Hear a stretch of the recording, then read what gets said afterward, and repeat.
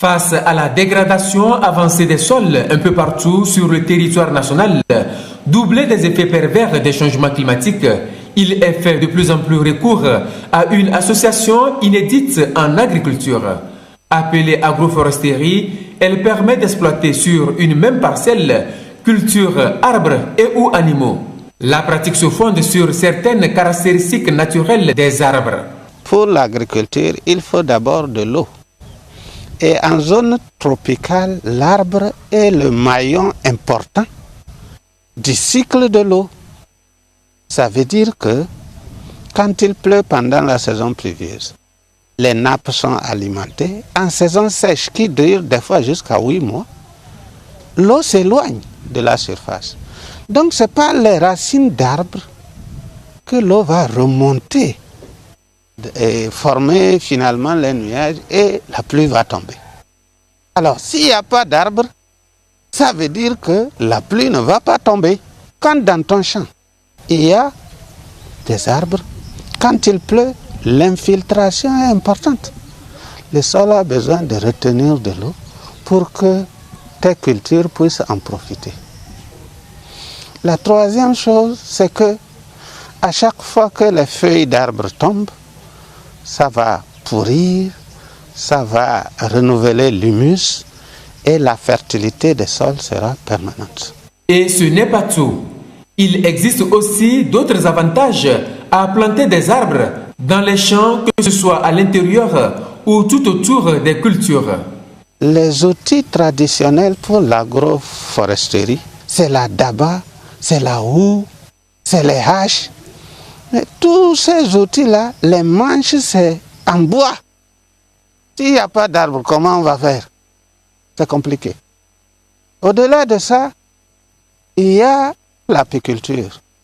L'apiculture, c'est l'élevage des abeilles. Quand on en parle, tout le monde pense au miel. Alors que nous pensons que les abeilles ont besoin de fleurs, les abeilles ont besoin d'arbres, alors que les abeilles sont des pollinisateurs. Sans ces abeilles, comment tes cultures vont produire? Sans les oiseaux qui viennent au niveau des arbres, comment tes cultures seront pollinisées pour donner?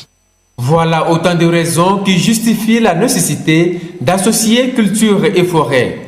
Cependant, il se pose la question de la faisabilité. Les gens me demandent, mais s'il y a trop d'arbres, on ne peut plus cultiver. Je dis non. Il suffit qu'en cette période de campagne agricole qui commence, on élague ces arbres, puisque c'est l'ombre des feuillages qui empêche la culture de prospérer. On les élague, dans ton champ, ce serait comme des poteaux. Tu sèmes, et jusqu'à ce que les feuilles ne reviennent, tu as déjà récolté. Mais quand les troncs d'arbres seront aussi épais, nous, on respecte la distance, 5 mètres entre nos cassiers et nos légumineuses que nous plantons. Quand les troncs sont énormes, on renouvelle notre arbre. On enlève un arbre avec son tronc, on met un jeune, après 2 ans, on enlève le prochain arbre et on renouvelle la plantation. Même avec cette technique, tous les arbres ne sont pas propices à l'agroforesterie. En la matière, certaines essences sont plus indiquées que d'autres. D'abord, pour les essences locales, il y a le néré, qu'on appelle Parkia biglobosa. Il y a Acacia albida, qui est un arbre qui ne donne pas de feuillage pendant la saison pluvieuse, qu'on peut utiliser. Il y a le moringa.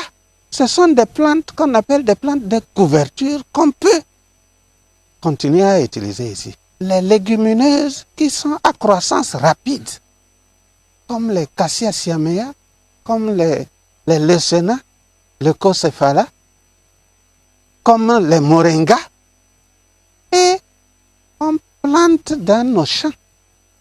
Et en 3 ans déjà, tu peux avoir après élagage du bois pour le chauffage. Et ton sol aussi, étant totalement dégradé, tu peux, avec le feuillage, faire le compost pour réhabiliter rapidement le sol. Et du coup, nous trouvons qu'il n'y a rien d'autre à faire que d'adopter l'agroforesterie. Adopter l'agroforesterie, c'est produire de façon durable tout en protégeant l'environnement.